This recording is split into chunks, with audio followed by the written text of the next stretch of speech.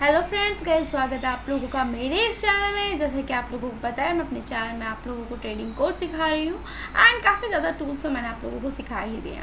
So guys, let's start new tools today. सबसे पहले तो गाइस, आज की वीडियो जो हमारी मूविंग एवरेजेस पे ही है। एंड जैसे कि आई नो आप लोग ये कह रहे हो कि मूविंग एवरेज पे तो वीडियो पहले की बनाई हुई है, बट गाइस अगर आप लोग नोट करें तो वो मैंने MACD के साथ आप लोगों को बताया है कि मूविंग एवरेजेस कैसे लगाना है। आज मैं आप लोगों को बताने जा रही हूँ कि मूविंग एवरेजेस RSI के साथ लगाकर कैसे आप एक और बाइंग और एग्जिट की एंट्री ले सकते हो। मतलब as per the moving average हमें रेजिस्टेंस और सपोर्ट लेवल पता चलता है कि इस रेजिस्टेंस मेरा ये टारगेट मेरा अगर अचीव कर लेगा तो स्टॉक मेरा ऊपर जा सकता है। वहीं अगर कैंडल मूविंग एवरेजेस के बिलो बने तो आप उधर एग्जिट करके चल सकते हैं।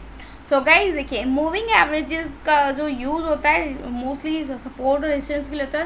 रेजिस्टेंस हमारा टारगेट हो गया और सपोर्ट हमारा स्टॉप लॉस हो गया।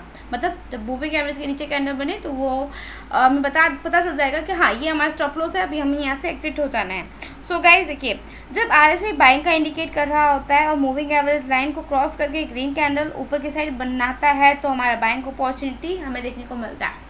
सबसे पहले तो मैं आप लोगों को यहाँ पर RSI का इंडिकेटर लगा के दिखाती हूँ। देखिए, ये हमारा RSI लग गया, ठीक है। उसके बाद अब हमें लगाना है अपना मूविंग एवरेजेस। तो गाइस आप लोगों को ये पता होना चाहिए मूविंग एवरेजेस भी टाइम फ्रेम पे डिपेंड होते हैं। सो गाइस, जैसे कि मैंने आप लोगों को बताया कि मूविंग एवरेजेस भी टाइम फ्रेम पे डिपेंड करते हैं। जैसे कि 1 आवर का हमारा टाइम फ्रेम है तो मूविंग एवरेज का टाइम पीरियड हमारा चेंज होकर इधर से हमारा, मैं इसको डिलीट मार देती हूँ, ठीक है। यहाँ हम 100 टाइम पीरियड का लगाएंगे तो आप देखिएगा कितना नीचे आ गया। मतलब इट मीन्स जब कैंडल यहाँ देखिएगा, जब यहाँ पर आ जाता है स्टॉक, मतलब इधर तक, मतलब 45,241 तक आ जाता है, यहाँ पर रेड कैंडल बन जाएगी।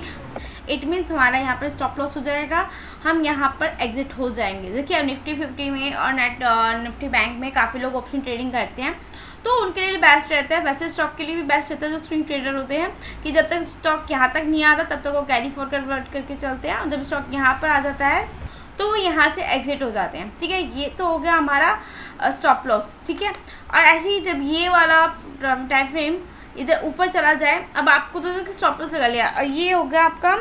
अब आपको टारगेट की, अब एक चीज़ और जो आप लोगों को बताने की, टारगेट पे भी यूज़ होता है। देखिए 30 के अगर टाइम फ्रेम में यूज़ करते हो तो 4-5 दिन के लिए यूज़ कर रहे हो कि 4-5 दिन के लिए ट्रेडिंग करनी, तो इसके यहाँ टाइम फ्रेम 30 मिनट्स का होकर उधर यहाँ पर ये चीज़ चेंज हो जाएगी। ये हो जाएगा गाइस 50 का, ठीक है। इसकी जो लेंथ हो जाएगी ये 50 पीरियड का ही दिखाएगा। 50 पीरियड के अकॉर्डिंगली आप ये देखिए, अब इसका टाइम, इसका देखिए स्टॉप लॉस कितना पास आ गया। अगर आप देखेंगे, सॉरी मैं दोबारा से लगा के दिखा देती हूँ आप लोगों को। पहले तो मुझे डिलीट करना है, मैंने 50 लगा दिया, फिर मैंने ओके कर दिया। अब आप ये देखिए, अब यहाँ पे तो कितने पास आ गया, मतलब ये अब आकर 4-5 दिन का ही है, मतलब 45,783 हफ्ते भर का लगा लो आप। 30 मिनट का जो चार्ट होता है, 1 आवर का चार्ट आप 2 हफ्ते एक भर के लिए भी लेकर चल सकते हो। ये देखिए, ये आपका यहाँ पर आ गया। अब ये स्टॉप लॉस है, जब स्टॉप यहाँ पर यहाँ तक गिर जाएगा तो आपको एग्जिट हो जाना है, ठीक है। ऐसी एक और टाइम फ्रेम है हमारा जो कि 4 आवर का, जो कि लोग ज़्यादातर मंथली का यूज़ कर सकते हैं। तो 4 आवर तो यहाँ पर आने ना, मोस्टली इसके अंदर 4 आवर दिखाता है, तो मैं 3 आवर का लगा कर दिखा देती हूँ आपको। 3 आवर के अंदर आपको जो मूविंग एवरेजेस यूज़ करना वो आपको यूज़ करना है 200 टाइम पीरियड का, ठीक है। आपको इसके अंदर जो पीरियड लेना है वो 200 का टाइम पीरियड लेना है, इधर 200 का।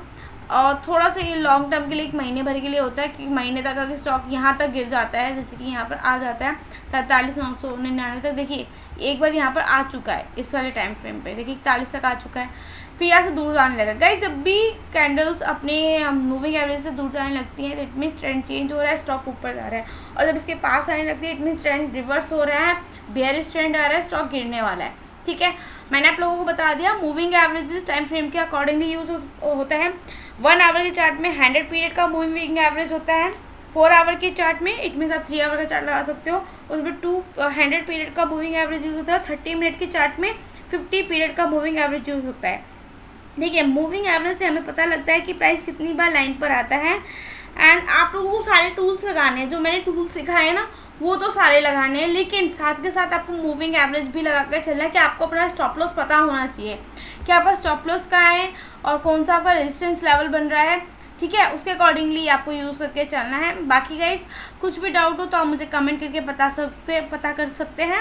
और मैं ट्रेडिंग कोर्स की क्लासेस भी देती हूँ, अगर आप लोगों को सीखनी हो तो आप प्लीज़ मुझे कांटेक्ट कर सकते हैं बाय कमेंट। एंड चैनल पर नए हैं तो लाइक सब्सक्राइब करना मत भूलिएगा। Bye guys, thank you.